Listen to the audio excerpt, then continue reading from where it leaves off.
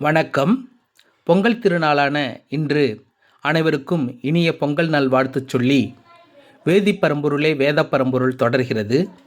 ஓரணு என தொடங்கும் பா ஓரணுவும் வேதியியல் அன்றி அசையாது, பாரனைத்தும் தாண்டி வெளியில் நிறைகின்ற நட்சத்திரம் எல்லையற்ற அனைத்துமே உட்படும் வேதியற்குள். அவனின்றி ஓரணுவும் அசையாது என்பது பழமொழி. அதைப் போலவே வேதியியல் இன்றி ஓரணுவும் அசையாது என்பதே இன்றைய அறிவியல் உண்மை.